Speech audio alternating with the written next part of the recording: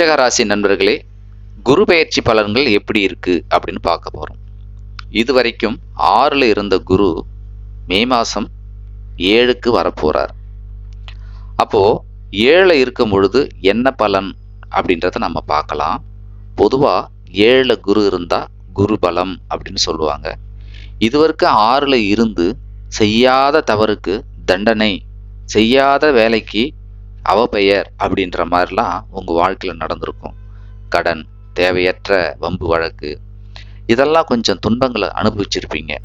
அந்த வகையில அதிலிருந்து இப்ப விடுதலை.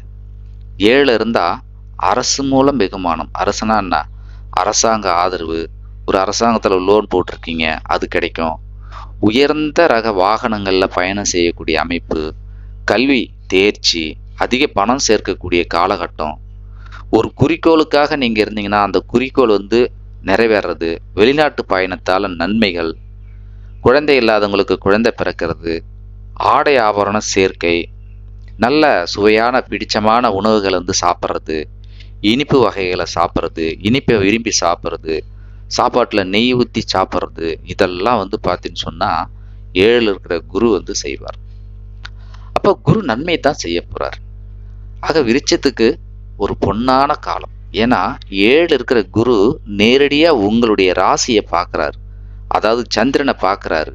மனசு, உடல், செயல், எண்ணம், புத்தி, இது எல்லாமே நினைத்தது நினைத்தபடியே நடக்கக்கூடிய ஒரு காலகட்டம். அவருடைய பார்வை 3க்கு விழுது. முயற்சி, வீரியம், விவேகம், உடன் பிறந்தவங்க, சுற்றம், இதெல்லாம் உங்களுக்கு சாதகமா இருக்க பொழுது அப்போ நீங்க செயல்படுத்தக்கூடிய செயல்பாடு வெற்றி அடையுது. நீங்க எடுக்கின்ற முயற்சி வெற்றி அடையுது. உங்க கூட பிறந்தவங்க உங்களுக்கு ஒத்துழைப்பு கொடுக்குறாங்க. கூட பிறந்தவங்களுக்கு என்ன ஒரு நல்லது நடக்கலையே, ஒரு திருமணம் நடக்கலையே அப்படி இருந்தீங்கன்னா திருமணம் நடக்குது. உங்களுக்கே திருமணம் ஆகலை அப்படின்னு சொன்னா திருமணம் ஆகுது.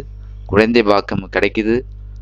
ஆக இந்த வீட்டில் பொருள் சேர்க்கை, அதாவது எப்படி ஆபரணங்கள், உயர்ந்த ஆபரணங்கள், தங்கம், வெள்ளி, இது மாதிரி பொருள்லாம் சேரக்கூடிய பொன்னான காலங்க. உங்களுக்கு நடக்கக்கூடிய தசாபுத்தி யோகமான தசாபுத்தியா இருந்தா 100% இதுதான் சேமிக்கக்கூடிய காலம். அடுத்து 11 பார்க்குது.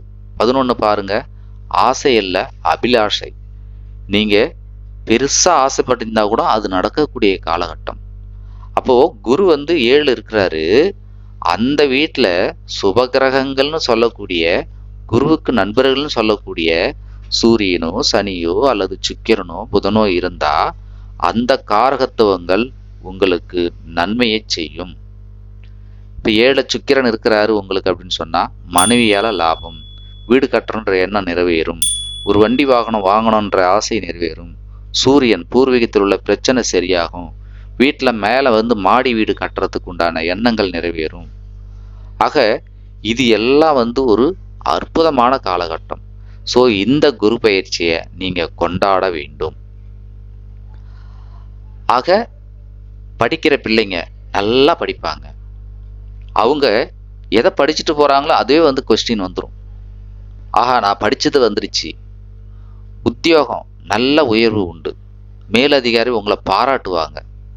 கூட பிறந்தவங்க சொல்லவே வேணாம், என் அண்ணன் என் தங்கச்சி அப்படின்ற மாதிரி அன்பா பேசுவாங்க. 11 எங்க போனாலும் உங்க நண்பர்கள் பார்த்தீங்கன்னா உங்களுக்கு உதவியா இருப்பாங்க. உங்க அக்கா, உங்க அண்ணன் எல்லாம் உங்களுக்கு உதவியா இருப்பாங்க. ஸோ உங்களுடைய ஆசைகள் அத்தனையும் நிறைவேறக்கூடிய அற்புதமான காலகட்டம் தான் இந்த குரு பயிற்சி.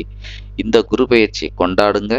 இந்த கொண்டாட்டம் இன்னும் மேலும் மேலும் மேலும் வளரணும் அப்படின்னு சொன்னா உங்க குலதெய்வத்தை விடாம வணங்கிட்டு வாங்க. நல்லதே நடக்கும். வாழ்க வளமுடன்.